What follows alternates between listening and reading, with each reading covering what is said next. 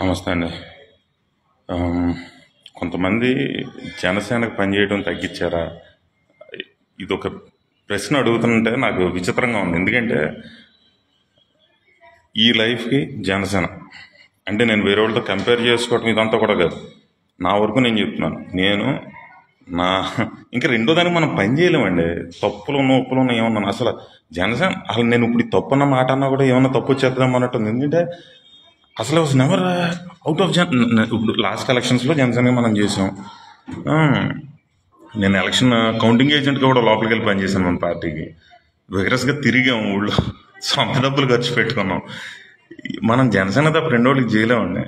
ఈ అంతే ఎందుకంటే ఇప్పుడు గవర్నమెంట్ ఫామ్ అయిపోయిన తర్వాత ఫేస్ చూపించాలి సోషల్ మీడియాలో, ఎప్పుడు నా మొహం కనిపించాలి కాబట్టి అని నేను సోషల్ మీడియాలో ఉన్నాను. అంతే, ఏదైనా ఒక రీజన్ ఉండాలి కదా, ఓ సరైన టాపిక్ ఉండాలి మనం మాట్లాడతాను. కానీ ఇదే తప్ప డిఫెండ్ చేసేది ఎప్పుడున్నా ఈ పేజ్ నాది ఎప్పుడు యాక్టివ్ ఉంటుంది, ఇందులో ఎప్పుడు నేను పెడతానే ఉంటాను. సో మీకు ఐ డోంట్ నో అసలు ఆ సందర్భం ఎందుకు వస్తుందో అర్థం కావట్లేదు. అంటే సోషల్ మీడియాలో యాక్టివ్ ఉండేవాళ్ళు అసలు ఆ మాట చిరాగ్గా ఉంది. నేను సోషల్ మీడియాలో మాత్రం యాక్టివ్ కాదు, నేను బయట చేస్తాను పని. సోషల్ మీడియాని బయట చేసి పనికి ఒక సాధనంగా వాడుకోవాలి తప్ప ఇందులో బతకూడదు అనేది నా ఇది. ఏదైనా చేసామంటే గ్రౌండ్లో చేయాలి. మన వాళ్ళకి ఎంతోమందికి అయినంతో బోర్డు సర్వీస్ చేస్తున్నాం. అంటే ఇప్పుడు జాబులు కావాలి, ఏదైనా అడిగిన వాళ్ళకి చేసి పెడతాం. హాస్పిటల్ పరిస్థితులు ఏమైనా ఉన్నాయి, అలాంటి మెడికల్ సిచ్యువేషన్స్ ఇలాంటి వాటికి ఏమైనా చేయడం ఈ రెగ్యులర్గా చేస్తున్నాను.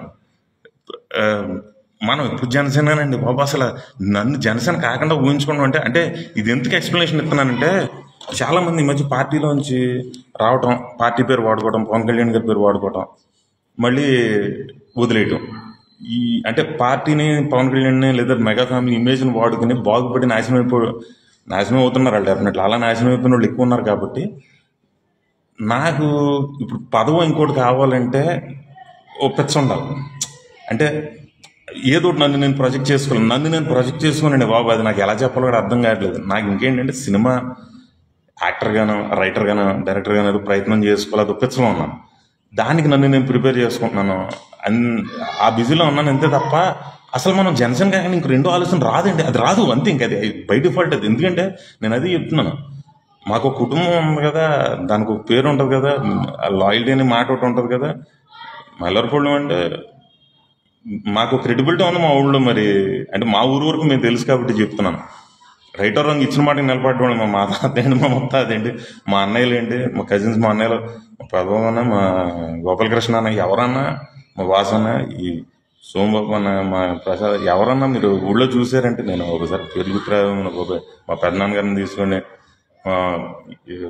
ఎవరన్నా అంటే మేము కలిసి మనుషులు కూడా మా చల్లారెడ్డి గారు లాంటి వాళ్ళు, మేము బొలిశెట్టి శ్రీనివాస్ గారు, మీకు ఎలా ఉన్నాం.